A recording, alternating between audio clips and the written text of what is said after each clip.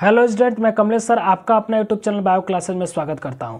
बाबू, मैं उम्मीद करता हूं कि आप लोग बहुत अच्छे होंगे। और आज का जो टॉपिक है हमारा, यानी कि जो हमको स्टडी करना है वो है अंतःप्रद्रव्य जालिका और गोल्जी बॉडी। ये दोनों कोशिका के महत्वपूर्ण अंग होते हैं, यानी कि कोशिकांग होते हैं, जिसके बारे में हमको आज चर्चा करना है या स्टडी करना है। बताने से पहले या पढ़ाने से पहले मैं आप सबसे आग्रह करता हूं कि यदि आप हमारे वीडियो पर नए हैं या हमारे वीडियो को पहली बार देख रहे हैं तो आप हमारे चैनल को सब्सक्राइब कर लें, ताकि आने वाले वीडियो आपको आसानी से मिल जाएगा। पहले मैं पढ़ाने से पहले थोड़ा और चर्चा कर लेता हूं, ध्यान दीजिएगा। हम लोग पढ़ रहे हैं क्लास 9th की बायोलॉजी, यानी कि कक्षा 9 की बायोलॉजी, जीव विज्ञान हम लोग पढ़ रहे हैं। और अध्याय संख्या 5, यानी कि किताब के मुताबिक ये जो है अध्याय संख्या 5 है। अगर बायोलॉजी के तौर पर देखा जाए तो ये चैप्टर संख्या 1 होगा, और जिसका नाम है जीवन की मौलिक इकाई, the fundamental unit of life. और the fundamental unit of life का मतलब यानी कि जीवन की बुनियादी का मतलब आप समझ गए होंगे कि क्या होता है। जीवन की जो बुनियाद होती है वो होती है कोशिका, यानी कि हमारा शरीर कोशिका से बना हुआ है, और कोशिका को ही हम कहते हैं जीवन की बुनियाद या मौलिक इकाई। तो कोशिका में उपस्थित कुछ ऐसे महत्वपूर्ण अंग होते हैं जिसको हम कोशिकांग कहते हैं। और मैं और सारे कोशिकांगों को बता दिया हूँ, पढ़ा दिया हूँ। ये मेरा जो वीडियो बन रहा है ये पार्ट 9 बन रहा है। मैं 1 से लेकर के 8 तक का वीडियो का लिंक जो है इस वीडियो के डिस्क्रिप्शन में दे दूंगा, आप वहां से वीडियो जाकर के देख लीजिएगा। तो चलिए हम आपको बता देते हैं बाबू कि अंतःप्रद्रव्य जालिका क्या होता है और गोल्जी बॉडी क्या होता है। ये दो कोशिकांग के बारे में हम चर्चा करने वाले हैं इस वीडियो में। चलिए हम पहला बताते हैं आपको अंतःप्रद्रव्य जालिका। देखिए बाबू, मैं यहां लिख देता हूं अंतःप्रद्रव्य जालिका। इसको इंग्लिश में कहते हैं एंडोप्लाज्मिक रेटिकुलम, या इसको हम ER के नाम से भी जानते हैं, यानी कि एंडोप्लाज्मिक रेटिकुलम के नाम से भी जानते हैं। अगर कहीं क्वेश्चन पूछता है तो ER भी पूछ सकता है या फिर पूरा नाम पूछेगा एंडोप्लाज्मिक रेटिकुलम। ये ध्यान में रखना होगा आपको, ठीक है ना। खास करके एनसीईआरटी पैटर्न में जो है शॉर्ट फॉर्म में ही चलता है, ठीक है ना। ER क्या होता है, ये कहाँ पाया जाता है, इसकी खोज किसने किया, इस तरह का जो है क्वेश्चन आप उससे पूछा जा सकता है, ठीक है ना। तो अभी हम आप इसके बारे में थोड़ा चर्चा कर लेते हैं। देखिए बाबू, अंतःप्रद्रव्य जालिका अगर हम देखें कि इसका कोशिका में लोकेशन कहाँ होता है, यानी कि कहाँ पाया जाता है, इसकी स्थिति कहाँ होती है, तो हम आपको पहले बता देते हैं कि इसकी स्थिति कहाँ होती है, उसके बाद इसके बारे में हम चर्चा करेंगे। ध्यान दीजिए, माना कि यह जो है एक सामान्य सेल है, ठीक है ना। यह है सेल का न्यूक्लियस, ध्यान दीजिएगा, न्यूक्लियस। और न्यूक्लियस के चारों तरफ झिल्ली पाया जाता है, कवड़ पाया जाता है, मेम्ब्रेन, जिसको हम कहते हैं न्यूक्लियर मेम्ब्रेन। चलिए ठीक है, न्यूक्लियर मेम्ब्रेन कहते हैं। और ये कोशिका का काय है, यानी कि बॉडी है, और इसमें उपस्थित पदार्थों को हम कहते हैं साइटोप्लाज्म, ठीक है ना, साइटोप्लाज्म कहते हैं, ठीक है ना। और इसी साइटोप्लाज्म में जो है एंडोप्लाज्मिक रेटिकुलम धंसा हुआ पाया जाता है, ये ध्यान में रखना होगा आपको, ठीक है ना। अब थोड़ा सा ध्यान देंगे कि यहाँ पे साइटोप्लाज्म को चारों तरफ से घेरे रखने का कार्य, ठीक है ना, कौन करता है। तो यहाँ पर हम आपको बता दें कि ये जो है सेल मेम्ब्रेन का कार्य होता है। किसका कार्य होता है बाबू, सेल मेम्ब्रेन। आपको समझना होगा बढ़िया से, केयरफुली रहिएगा। सेल मेम्ब्रेन यानी कि इसको कहते हैं कोशिका झिल्ली। क्या बोलते हैं बाबू, कोशिका झिल्ली, ठीक है ना। और इसको बोलते हैं हम केंद्रक झिल्ली। क्या बोलते हैं बाबू, केंद्रक झिल्ली, ठीक है ना। ये कवर्ड करने का कार्य करता है, इसका ये इन्वेलोप होता है, ये ध्यान में रखिएगा, चारों तरफ से घेरे रखने का कार्य करता है। अब मैं आपको बता देता हूं कि ये एंडोप्लाज्मिक रेटिकुलम कोशिका में कहां पाया जाता है। ध्यान दीजिएगा, देखिए केंद्रक झिल्ली से लेकर के, देखिए केंद्रक झिल्ली से लेकर के इधर की तरफ, और सेल मेम्ब्रेन यानी कि इधर की तरफ, सेल मेम्ब्रेन से लेकर के या न्यूक्लियर मेम्ब्रेन से लेकर के ये बीच में चारों तरफ फैला हुआ पाया जाता है। यानी कि केंद्रक झिल्ली से लेकर के और केंद्रक झिल्ली से लेकर के और जो है कोशिका झिल्ली तक, यानी कि यहां तक फैला हुआ पाया जाता है, ठीक है ना। अब हम आपको बताएंगे, फिगर के द्वारा भी बताएंगे और समझाएंगे, लेकिन आपको स्थिति समझ में आ गया। चलिए मैं आपको जो बता देते हैं इसके कुछ बारे में। सबसे पहले तो एंडोप्लाज्मिक रेटिकुलम यानी कि ER, या इसको कहिए अंतःप्रद्रव्य जालिका, ये कोशिका का एक महत्वपूर्ण अंग होता है। मैं इसके साथ साथ बता दूं कि यह किस प्रकार के कोशिका में पाया जाता है। तो बाबू मैं आपको बता देता हूं कि यह केवल यूकैरियोटिक सेल्स में यानी कि सुकेंद्रकीय कोशिकाओं में पाया जाता है। यह आद्य कोशिका या प्रिमिटिव कोशिका में नहीं पाया जाता है, यानी कि प्रोकैरियोटिक कोशिकाओं में इसकी अनुपस्थिति होती है। प्रोकैरियोटिक सेल्स में नहीं पाया जाता है, केवल यूकैरियोटिक सेल्स में पाया जाता है। अब यूकैरियोटिक और प्रोकैरियोटिक क्या होता है मैं पिछले वीडियो में बता चुका हूं, ठीक है ना। इस वीडियो के लिंक में मैं उसका डिस्क्रिप्शन दे दूंगा, आप वहां से जाकर के देख सकते हैं। वो है कोशिका का प्रकार प्रोकैरियोटिक और यूकैरियोटिक, आप वहां जाकर के देख सकते हैं। फिलहाल में अभी मैं इस पे चर्चा कर रहा हूं, ठीक है ना, ध्यान दीजिएगा। अब मैं आपको बता दूं कि जब भी इसको अंतःप्रद्रव्य जालिका को जो हम माइक्रोस्कोप से देखेंगे तो ये दिखाई कैसा देगा, तो बाबू हम बता देते हैं कि इसकी जो संरचना होती है वो थैलेनुमा संरचनाओं से मिलकर के बनी होती है और कुछ नलिका रूपी संरचनाओं से मिलकर के बनी होती है। तो कुछ जो है ट्यूब्यूल्स यानी कि इस तरह से कुछ संरचनाएं मिलकर के बनी होती हैं, ठीक है ना। इस तरह से संरचनाएं मिलकर के बनी होती हैं। कुछ ट्यूब्यूल्स पुटिकाएं पाई जाती हैं, तो कुछ नलिकाएं पाई जाती हैं, कुछ नली के आकार की पाई जाती हैं, ठीक है ना। तो इस तरह से कुछ संरचनाएं होती हैं, मैं इसके बारे में भी आगे चर्चा करने वाला हूं। तब तक के लिए आप इतना ही समझिए, ठीक है ना। अब थोड़ा ध्यान दीजिएगा, यह क्या होता है कि जाल की भांति फैला हुआ पाया जाता है। जाल का मतलब ये होता है कि जैसे अगर जाल को इस तरह से नेट लाइक स्ट्रक्चर आप समझ ही गए होंगे, ठीक है ना। इस तरह से कुछ पाया जाता है, देखिए जाल की भांति फैला हुआ पाया जाता है। जब इसको हम देखेंगे तो ऐसा लगेगा कि ये कोशिका द्रव्य में चारों तरफ से ऐसे जो है फैला हुआ पाया जा रहा है, ठीक है ना, ऐसे फैला हुआ पाया जा रहा है, ठीक है ना। अभी इसके प्रकार के बारे में भी हम चर्चा करने वाले हैं, लेकिन अभी तक के लिए इतना है, ठीक है ना। अब समझिए, मैं आपको बता देता हूं, देखिए एकदम कहानी की तरह रट जाना है, इसमें है कुछ नहीं, सिर्फ हमारे बातों को ध्यान में रखना है। पढ़ाई कुछ बहुत ज़्यादा भारी नहीं होता है, बस आपको दिमाग थोड़ा सा लगाना होता है और दिमाग को कंसंट्रेट करना होता है। जैसे पुराने समय में जो है अभी भी मतलब जो दादा दादी हैं वो कहानी सुनाते हैं, पहले तो लोग सब सुनाते ही थे, लेकिन आधे घंटे 1 घंटा का कहानी आपको बिल्कुल दिमाग में फिट हो जाता था। लेकिन अभी किताब जब पढ़ते हैं या स्टडी करते हैं या क्लास में रहते हैं तो आपको बहुत ही कम समझ में आता है, 15% 20% समझ में आता है। टीचर पूछता है कि कितना % समझ में आया, तो सर थोड़ा बहुत, तो थोड़ा बहुत नहीं, आपको दिमाग कंसंट्रेट करके ही पढ़ना है। ध्यान दीजिएगा, जिस बातों को मैं बोल रहा हूं उस बात को आपको ध्यान में रखना होगा। अब मैं चर्चा कर रहा हूं कि अंतःप्रद्रव्य जालिका का खोज किसने किया। तो बाबू मैं बता दूं कि अंतःप्रद्रव्य जालिका का खोज जो है KR पोर्टर नामक वैज्ञानिक ने किया था। तो किस सन में किया था भाई, तो 1945 ईस्वी में किया था। ध्यान दीजिएगा, KR पोर्टर नामक वैज्ञानिक ने किस सन में किया, तो सन 1945 ईस्वी में इसका खोज किया था। किसने किया था बाबू, KR पोर्टर। ये एक वैज्ञानिक है जो अंतःप्रद्रव्य जालिका का खोज किए, ध्यान दीजिएगा, ठीक है ना। चलिए अब हम आपको बता देते हैं कि अंतःप्रद्रव्य जालिका किस प्रकार का कोशिकांग है। तो ये बाबू उपापचयी रूप से सक्रिय होता है। उपापचयी रूप का मतलब कि ये कुछ पदार्थों का सिंथेसिस भी कराता है, श्रावण भी कराता है, संश्लेषण भी कराता है, इसके साथ साथ ये कुछ पदार्थों को इकट्ठा करके अपने पास रखता भी है। इसलिए इसको हम कहते हैं कि उपापचय यानी कि मेटाबॉलिज्म रूप से ये क्या होता है, एक्टिव होता है, सक्रिय होता है। ये ध्यान में रखिएगा, ठीक है ना। चलिए थोड़ा सा इसके बारे में और हम चर्चा करते हैं बाबू।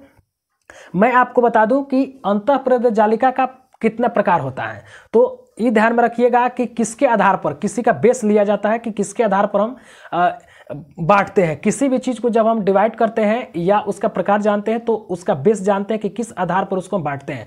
सेम उसी तरह से हम क्या करेंगे कि अंतःप्रद्रव्य जालिका का जब हम प्रकार जब बांटेंगे तो किसका आधार लेंगे, तो हम लेंगे राइबोसोम्स का। और आप जानते हैं कि राइबोसोम्स भी एक प्रकार का कोशिकांग है जो कोशिका के अंदर अंग के रूप में पाया जाता है। और उसका कार्य क्या होता है, केवल प्रोटीन सिंथेसिस का कार्य कराता है, यानी कि प्रोटीन संश्लेषण में भाग लेता है। और वो किस कोशिका में पाया जाता है, जिसमें ज्यादातर प्रोटीन का सिंथेसिस कराया जाता है, उसी कोशिका में ये भाग लेता है। तो मैं आपको बता दूं कि अंतःप्रद्रव्य जालिका का जो बेस है वो है राइबोसोम्स, यानी कि राइबोसोम्स जब इसको बेस पर रखेंगे यानी कि उसके आधार पर रखेंगे तो ये 2 प्रकार का होता है। तो हम कह सकते हैं कि राइबोसोम्स की उपस्थिति और अनुपस्थिति के आधार पर अंतःप्रद्रव्य जालिका यानी कि एंडोप्लाज्मिक रेटिकुलम 2 प्रकार का होता है। अब समझिएगा थोड़ा सा आप लोग, ये 2 प्रकार का होता है। मैं यहाँ पे लिख करके और समझा देता हूं और बता देता हूं, आप लोग वीडियो पर बिल्कुल बने रहिएगा।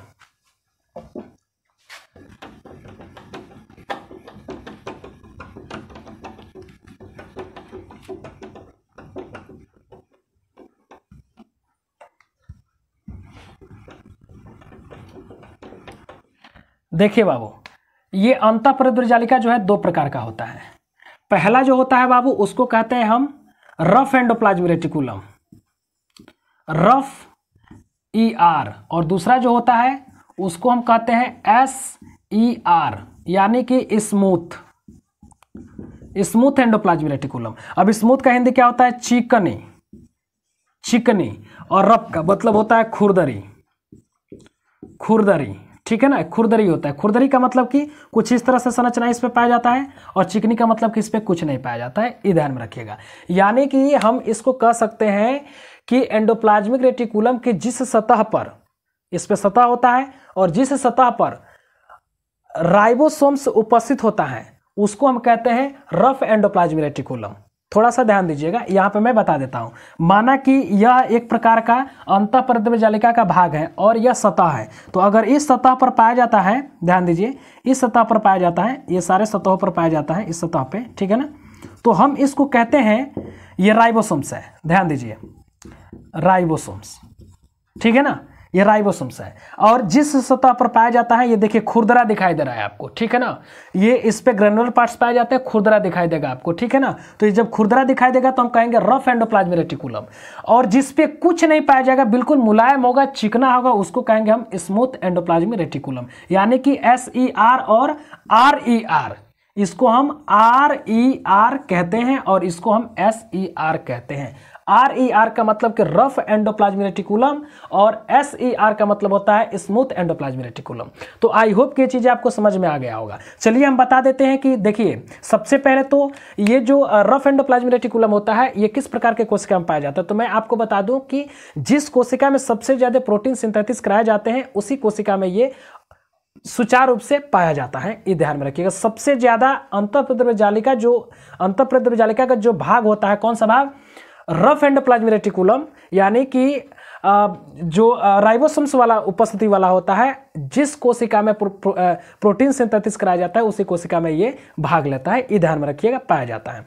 अगर SER की बात किया जाए तो ये उस कोशिका में पाया जाता है जिसमें जो है श्रावण और संचय दोनों कराया जाता है। क्या क्या? तो वसा और ग्लाइकोजन। यानी कि जिस कोशिका में ग्लाइकोजन और वसा का जो है संश्लेषण कराया जाता है, सिंथेसिस कराया जाता है, उस कोशिका में ये पाया जाता है। इसके साथ साथ ये जो है सिंथेसिस के साथ साथ ये जो है इकट्ठा करने का भी कार्य करता है। तो आई होप कि ये चीज़ें आपको समझ में आ गया होगा। चलिए आपको बता देते हैं कि इसका जो है स्ट्रक्चर कैसा होता है, यानी कि एंडोप्लाज्मिक रेटिकुलम का स्ट्रक्चर कैसा होता है। और स्ट्रक्चर बताने के तुरंत बाद मैं इसका फंक्शन यानी कि कार्य भी बता दूंगा। कार्य तो ऐसे जान भी गए आप लोग, लेकिन मैं एक और कार्य, इसका विशिष्ट कार्य मैं बताऊंगा। कुछ ऐसे विशिष्ट कार्य होते हैं जिसको जानना बिल्कुल अनिवार्य होता है, ठीक है ना। तो चलिए हम पहले इसका स्ट्रक्चर बना लेते हैं, ठीक है ना। आप लोग वीडियो पे बने रहिए, हम बता देते हैं।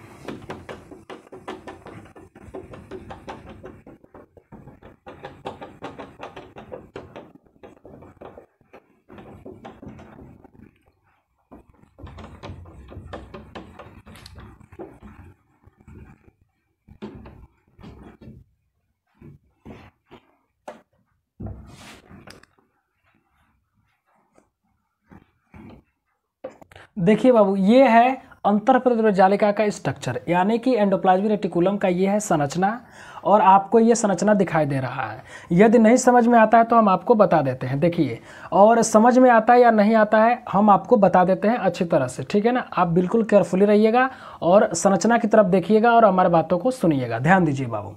देखिए, ये है न्यूक्लियस, यानी कि केंद्रक। मैं पहले भी बता चुका हूँ कि ये कोशिका का केंद्रक है। मैं जो भाग दिखाया हूँ आधा दिखाया हूँ। देखिए यहाँ से मैं ऐसे कर देता हूँ, ये भाग जो मैं दिखाया हूँ आधा दिखाया हूँ, ये वाला भाग दिखाई दे रहा ना।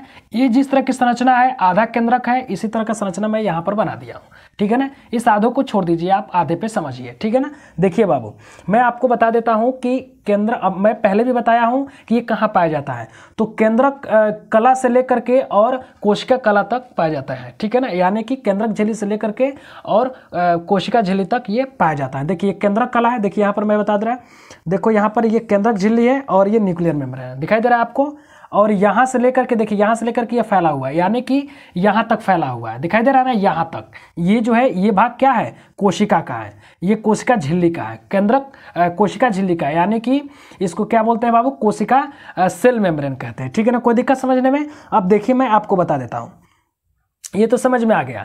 यहाँ पर दिखाई दे रहा है कि इसके कुछ भाग पर राइबोसोम्स उपस्थित हैं, तो जिस भाग पर राइबोसोम्स उपस्थित हैं उस भाग को हम क्या बोलते हैं, RER, यानी कि रफ एंडोप्लाज्मिक रेटिकुलम। तो इस जिस भाग पर दिखाई दे रहा है इस भाग को हम क्या बोलेंगे, RER, रफ एंडोप्लाज्मिक रेटिकुलम। ठीक है ना, और जिस भाग पर राइबोसोम्स उपस्थित नहीं है उसको हम कहेंगे SER। तो इस भाग पर उपस्थित नहीं है इसलिए हम इसको कहते हैं SER, यानी कि स्मूथ एंडोप्लाज्मिक रेटिकुलम। ठीक है ना, आई होप कि यह संरचना आपको समझ में आ गया होगा। ठीक है ना, चलिए हम अब बात कर लेते हैं कि जो ये संरचनाएं दिखाई देती हैं इसमें इसका ये अवयव है। अवयव का मतलब किसका, कंपोनेंट है, इसका कंपोजिशन है, किन किन संरचनाओं से मिलकर के बना हुआ है। चलिए इसके बारे में हम चर्चा कर लेते हैं, ध्यान दीजिएगा बाबू। ठीक है ना, आप लोग वीडियो के अंत तक बने रहिए, हम अच्छी तरह से आपको समझा देते हैं, बिल्कुल याद हो जाएगा आप लोगों को। ठीक है ना,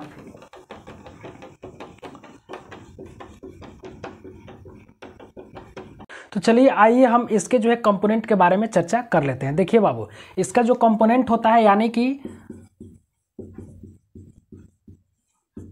component of ER, endoplasmic reticulum, थोड़ा सा आपको यहां पर ध्यान देना होगा कि इसका जो कंपोनेंट होता है, पहला जो होता है जिसको हम कहते हैं सिस्टर्नी। क्या बोलते हैं बाबू, सिस्टर्नी, इसको सिस्टर्नी के नाम से जानते हैं। ठीक है ना, अभी मैं आपको बता देता हूं। दूसरा जो होता है उसको कहते हैं हम पुटिकाएं, पुटिकाएं। ठीक है ना, इसको इंग्लिश में क्या बोलते हैं, वेसिकल्स, इसको वेसिकल्स बोला जाता है। और तीसरा जो भाग होता है वो होता है नलिकाएं,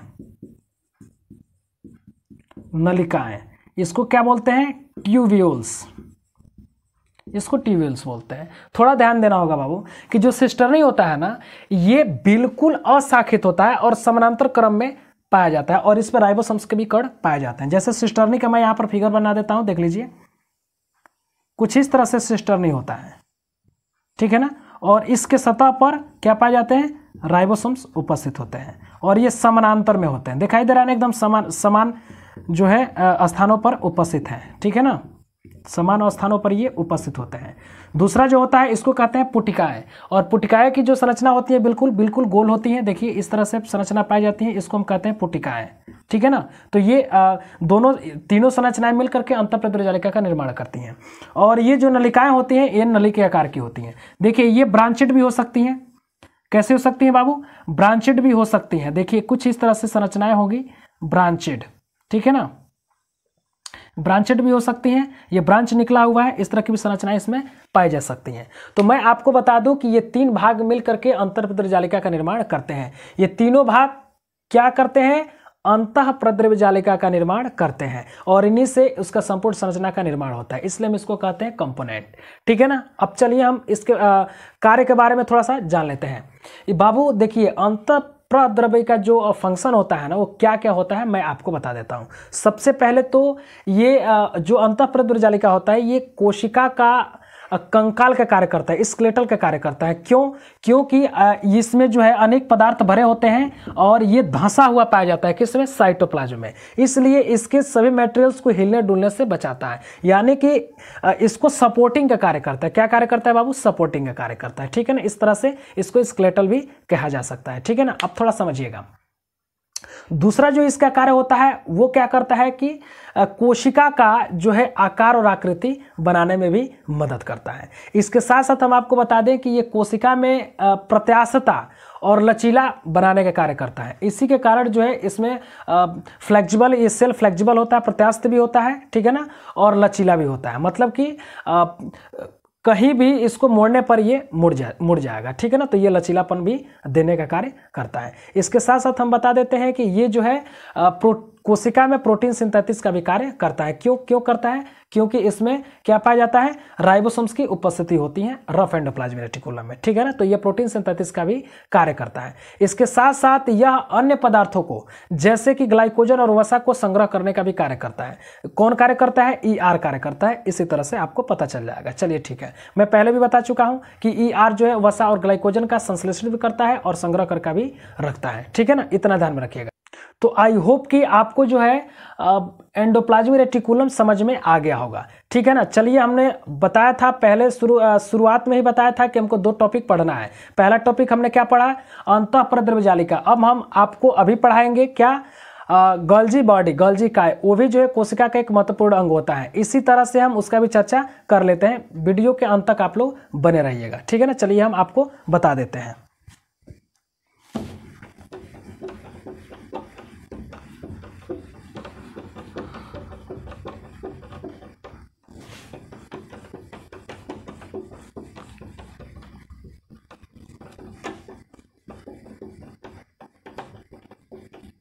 तो आइए यहां पर हम आपको बता देते हैं कि गोल्जी काय क्या होता है। देखिए,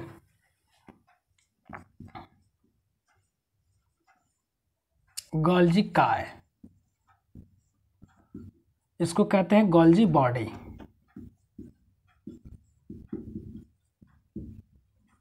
देखिए बाबू, सबसे पहले हम जानेंगे कि यह कोशिका में कहाँ पाया जाता है। तो बस इतना आपको जान लेना है कि यह कोशिका जो होता है ना, और कोशिका के अंदर जो साइटोप्लाज्म होता है उसके अंदर जो है धंसा हुआ जगह जगह पाया जाता है। इतना ध्यान में रखिएगा आप लोग, ठीक है ना। अब मैं आपको बता देता हूँ कि इसकी खोज सबसे पहले किसने किया। तो मैं आपको बता दूं कि इसकी खोज सबसे पहले जो है इटली के वैज्ञानिक, एक इटली के वैज्ञानिक थे जिनका नाम था कैमिलो गोल्जी। उन्होंने सन 1898 में बिल्ली के तंत्रिका तंत्र में देखा था। मैं यहां पर आपको बता देता हूं। देखिए, इटली के वैज्ञानिक कैमिलो गोल्जी कौन थे, कैमिलो गोल्जी थे, कैमिलो गोल्जी। ये इटली के रहने वाले थे। कहाँ के रहने वाले थे बाबू, इटली के रहने वाले। ये वैज्ञानिक जो है सबसे पहले गोल्जी काय यानी कि गोल्जी बॉडी का खोज किया। यह गोल्जी बॉडी क्या है, यह कोशिका का एक महत्वपूर्ण अंग होता है, यानी कि कोशिका अंग होता है, ठीक है ना। इसके बारे में मैं बहुत सारा चर्चा करने वाला हूं, बस आप देखते जाइए, ठीक है ना। किस सन में इन्होंने खोज किया था भाई, तो इन्होंने किया था सन 1898 में। सन 1898 ईस्वी में इसका खोज किया गया था। अब रही बात कि इन्होंने किसमें देखा, कहाँ देखा, तो मैं आपको बता दूं, इन्होंने जो बिल्ली होती है ना, बिल्ली, इटली के रहने वाले थे। तो मान लीजिए कि उन्होंने आविष्कार किया या देखा। पहले तो इन्होंने क्या देखा, यही देखा कि बिल्ली के तंत्रिका तंत्र में गोल्जी काय पाया जाता है, और उसके कार्यों समेत और उसका अध्ययन पूरा बिल्कुल जो है विस्तार से किया उन्होंने, ठीक है ना। तो उन्होंने केवल इतना बताया कि जो गोल्जी बॉडी है, ये इन्होंने जो है कहाँ देखा, किसमें देखा, तो बिल्ली के तंत्रिका तंत्र में देखा। किसमें देखा बाबू, नर्वस सिस्टम में देखा था। किसमें देखा था, नर्वस सिस्टम। अब भाई नर्वस सिस्टम क्या होता है, थोड़ा सा ध्यान दीजिएगा, मैं इस पर थोड़ा सा चर्चा कर लेता हूँ। ये सभी जंतुओं में ये जो है जालीनुमा संरचना फैला हुआ है, तार जैसी संरचना होती है, पूरे जाल की बात हमारे शरीर में फैला हुआ पाया जाता है। और ये जो है हमारे संवेदनांग एक प्रकार का होता है जो संवेद बताने का कार्य करता है, यानी कि हमें आभास कराता है। जैसे कोई टच करता है तो हमें आभास हो जाता है, यानी कि बिल्ली में भी पाया जाता है कि जैसे उसको टच करेंगे उसको पता चल जाए कि हमें कोई टच किया है। तो ये जो है तंत्रिका तंत्र होता है, इसको कहते हैं तंत्रिका नर्वस सिस्टम। तो बिल्ली के नर्वस सिस्टम में, बिल्ली के जो है नर्वस सिस्टम में कैमिलो गोल्जी नामक वैज्ञानिक ने देखा था। किस सन में देखा था, सन 1898 में देखा था। इतना ध्यान में रखना होगा आपको। चलिए हम बता देते हैं कि ये कोशिकांग किस प्रकार के कोशिका में पाया जाता है। तो हम आपको बता देते हैं कि ये कोशिकांग जो है केवल यूकैरियोटिक कोशिका में पाया जाता है, प्रोकैरियोटिक कोशिका में ये नहीं पाया जाता है, ठीक है ना। अब हम बात करते हैं कि बाबू इसकी उत्पत्ति कहाँ से होती है, ये कहाँ से बनता है। तो हम आपको बता देते हैं कि इसकी उत्पत्ति जो है अंतःप्रद्रव्य जालिका, यानी कि जो अभी बताया है एंडोप्लाज्मिक रेटिकुलम, उसके रफ एंडोप्लाज्मिक रेटिकुलम से होता है। यानी कि उसका जो पहला भाग है या पहला प्रकार है जिसको कहते हैं हम RER, रफ एंडोप्लाज्मिक रेटिकुलम से किसका, गोल्जी बॉडी का निर्माण होता है। इतना ध्यान में रखना होगा कि इसके टूटने से गोल्जी काय का निर्माण होता है। कोई दिक्कत समझने में। अब हम आपको बता देते हैं कि यह जंतु कोशिका में कितनी की संख्या में पाया जाता है और पादप कोशिका में कितनी की संख्या में पाया जाता है। तो बाबू आप ध्यान से सुन लीजिए, ये जो है जंतु कोशिकाओं में केवल एक पाया जाता है, जबकि पादप कोशिकाओं में एक से अधिक पाया जाता है। इतना ध्यान में रखना होगा। चलिए हम अब बात कर लेते हैं कि गोल्जी काय का जो है जो संरचना होता है, गोल्जी काय का संरचना होता है किस प्रकार का होता है और किन किन संरचनाओं से मिलकर बना होता है। जैसे हम लोग पिछले टॉपिक में पढ़े हैं कि अंतःप्रद्रव्य जालिका का जो कंपोनेंट होता है वो 3 होता है। कौन कौन सा होता है? तो सिस्टर्नी यानी कि नलिकाएं, उसको कहते हैं चपटी नलिकाएं जिसको सिस्टर्नी कहते हैं, और पुटिकाएं और नलिकाएं, ये 3 भागों से मिलकर के बना होता है। इसी तरह से गोल्जी काय भी 3 भागों से मिलकर के बना होता है। थोड़ा सा इसमें फर्क है, मैं आपको बता देता हूं। चलिए इसके कंपोनेंट के बारे में ही चर्चा कर लेते हैं। ध्यान देना होगा बाबू, इसके कंपोनेंट के बारे में अगर हम चर्चा करें तो इसमें भी जो है क्या पाया जाता है? तो सिस्टर्नी पाया जाता है, सिस्टर नहीं पाया जाता है, इतना ध्यान में रखिएगा। और ये भी जो है शाखाविहीन होता है, ये बिल्कुल शाखाविहीन होता है, समानांतर में नहीं पाया जाता है, या पाया भी जा सकता है लेकिन ये शाखाविहीन होता है, इतना ध्यान में रखिएगा, ठीक है ना। अगर हम बात करते हैं दूसरे इसके कंपोनेंट के बारे में, तो इसका जो दूसरा कंपोनेंट होता है बाबू वो होता है वेसिकल्स, पुटिकाएं, ठीक है ना, वेसिकल्स होता है, ठीक है ना। चलिए ठीक है, ये पुटिकाएं होता है। अब हम बात कर लेते हैं दूसरे भाग के बारे में, लेकिन तीसरे भाग के बारे में। लेकिन तीसरे भाग में बारे में जानने से पहले हम आपको बता देते हैं कि पुटिकाएं इसमें क्या कार्य करती हैं। तो इसका एक विशिष्ट कार्य होता है। अगर आपसे पूछ दिया जाए, बायोलॉजिकल टर्म में पूछ दिया जाए कि बाबू आप बताइए कि किस भाग को, कोशिका में किस भाग को हम जो है ट्रैफिक पुलिस के नाम से जानते हैं। ट्रैफिक पुलिस का कार्य क्या होता है आप सभी जानते हैं। वो जो है चौराहे पर खड़ा रहता है और क्या करता है कि गाड़ियों को आवागमन कराता है, ठीक है ना। ट्रैफिक को कंट्रोल करने का कार्य करता है, जिसको हम ट्रैफिक पुलिस कहते हैं। चलिए ठीक है, तो ट्रैफिक पुलिस किसे कहते हैं बाबू? तो कोशिका में जो गोल्जी काय होता है, गोल्जी काय का जो दूसरा कंपोनेंट होता है जिसका नाम है वेसिकल्स यानी कि पुटिकाएं, ये गोल गोल होता है, देखिए ऐसे होता है, ठीक है ना। ये गोल्जी काय के चारों तरफ पाया जाता है। अभी मैं गोल्जी काय का स्ट्रक्चर भी बताऊंगा, उसका कार्य भी बताऊंगा, तब तक के लिए आप इतना ही जानिए, ठीक है ना। ये जो है क्या, इसको ट्रैफिक पुलिस क्यों कहते हैं? ट्रैफिक पुलिस इसे क्यों कहते हैं? क्योंकि ये जो है अन्य पदार्थों का आवागमन कराता है। और किस किस, अब थोड़ा सा ध्यान देना होगा, कहां आवागमन कराता है? तो एक कोशिकांग से दूसरे कोशिकांग में जो है ये पदार्थों का आवागमन कराता रहता है, या गोल्जी काय के एक भाग से दूसरे भाग में पदार्थों का आवागमन कराता है, इसलिए हम इसको कहते हैं ट्रैफिक पुलिस के नाम से जानते हैं। इतना ध्यान में रखिएगा, ठीक है ना। अब इसका जो तीसरा भाग होता है वो होता है ट्यूब्यूल्स। क्या होता है बाबू? ट्यूब्यूल्स होता है, नलिकाएं, जिस तरह से अंतःप्रद्रव्य जालिका में हम लोग पढ़े, ठीक है ना। तो ट्यूब्यूल्स क्या होता है कि यह जो है गोल्जी काय के आसपास शाखित भी होती हैं और अशाखित भी होती हैं। गोल्जी काय की जो संरचना होता है उसमें ये ट्यूब्यूल्स जो है शाखित के रूप में भी पाई जाती हैं और अशाखित के रूप में भी पाई जाती हैं। ये शाखित हो गया, ठीक है ना, ये शाखित हो गया और ये अशाखित हो गया, ठीक है ना। तो इस तरह से पाया जा सकता है। आई होप कि ये चीजें आपको समझ में आ गया होगा इसके कंपोनेंट के बारे में भी, ठीक है ना। चलिए हम अब चर्चा कर लेते हैं इसके स्ट्रक्चर के बारे में कि इसका संरचना कैसा होता है। मैं आपको यहाँ पे बता देता हूँ कि गोल्जी काय की संरचना कैसी होती है, यहाँ पे मैं बना देता हूँ और उसको समझा भी देता हूँ, ठीक है ना। चलिए हम आपको बता देते हैं, आप वीडियो के अंत तक बने रहिए।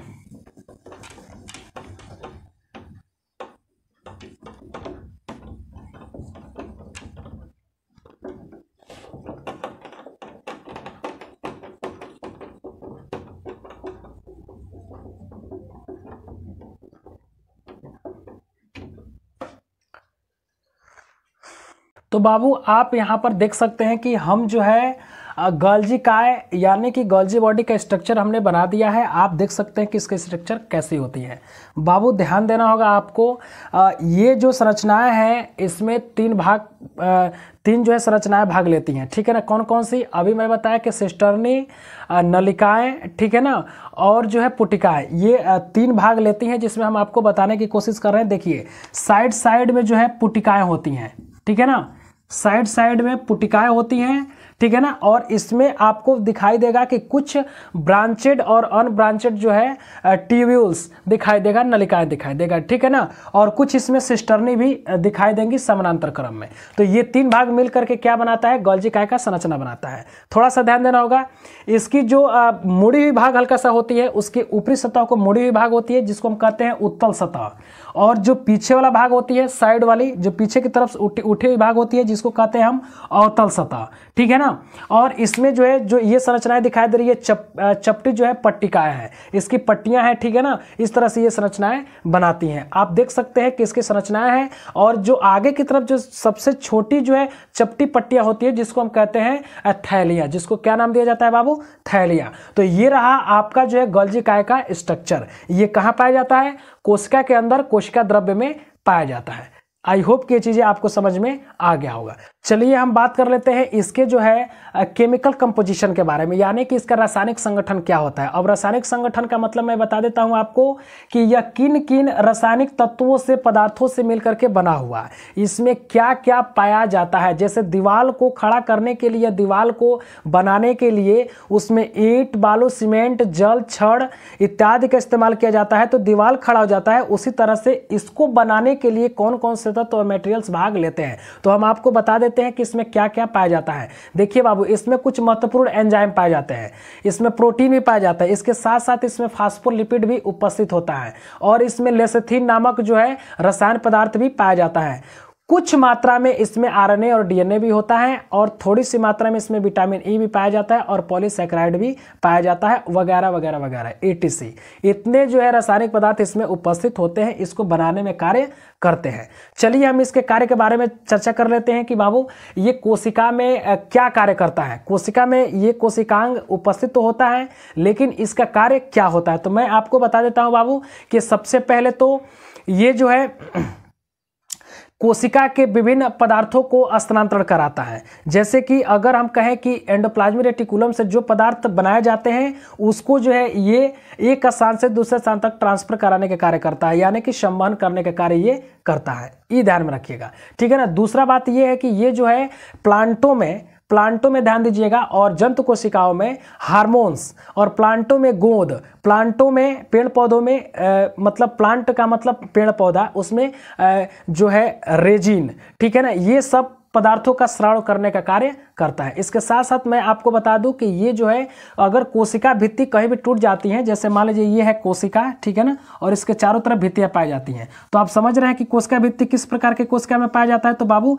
पादप कोशिका में पाया जाता है। अगर ये किसी कारणवश अगर टूट फूट जाती हैं, तो इसको मरम्मत करने का कार्य कौन करता है, तो गोल्जी काय इसका मरम्मत भी करने का कार्य करता है, यानी कि इसका निर्माण भी कराता है। अगर नहीं मरम्मत करता है तो ये इसका निर्माण कराने में भाग लेता है। इतना ध्यान में आपको रखना होगा। चलिए थोड़ा सा इसके बारे में और हम चर्चा कर लेते हैं बाबू, इसके कार्य के बारे में। तो ये जो है शुक्राणु जो होता है ना, शुक्राणु जैसे मनुष्य में, जैसे मान लीजिए कि हमारा शुक्राणु है, या किसी भी पुरुष का जो शुक्राणु होता है, ठीक है ना, तो शुक्राणु की संरचनाएं कुछ इस तरह से होती हैं, ठीक है ना, कुछ इस तरह से संरचनाएं होती है। तो इसके जो है अग्रभाग, यानी कि इसके टोपी को बनाने का कार्य करता है। गोल्जी काय से इसके टोपी का निर्माण हो जाता है, ठीक है ना। इतना ध्यान में रखना होगा। अब मैं आपको बता देता हूं कि इसके साथ साथ ये जो है अन्य पदार्थों का भी श्रावण करता है या निर्माण करता है। किन किन पदार्थों का श्रावण करता है, तो एंजाइम का भी श्रावण करता है। मैं पहले भी बता चुका हूं कि यह हार्मोन का भी श्रावण करता है। इसके साथ साथ प्रोटीन, वसा और कार्बोहाइड्रेट का भी ये पदार्थों का निर्माण कराने में सहायता करता है और कराता भी है। आई होप कि आज का जो है मौलिक जीवन की मौलिक इकाई में जो दो कोशिकांग हम लोग पढ़े हैं, पहला पढ़े हैं एंडोप्लाज्मिक रेटिकुलम और दूसरा पढ़े हैं गोल्जी काय। आई होप कि ये चीजें आपको समझ में आ गया होगा। बाबू यदि हमारा आज का वीडियो समझ में आ गया है तो आप हमारे चैनल को सब्सक्राइब कर लें, ताकि आने वाले वीडियो आपको आसानी से मिल जाएगा। एक बात और है कि यदि जो भी आपके साथी जो है या फ्रेंड जो भी क्लास 9th में पढ़ता है, उनको इस वीडियो का लिंक भेजें ताकि वो भी पढ़ सके। एक बात और है कि कमेंट करना तो बिल्कुल ना भूलिए। आपको समझ में आया कि नहीं आया, कमेंट जरूर करें, और सब्सक्राइब इसलिए करें ताकि आने वाला वीडियो आपको आसानी से मिल जाएगा। आज के लिए इतना ही। अगला जो कोशिकांग मैं बताऊंगा वो नेक्स्ट डे बताने वाला हूं, ठीक है ना। धन्यवाद।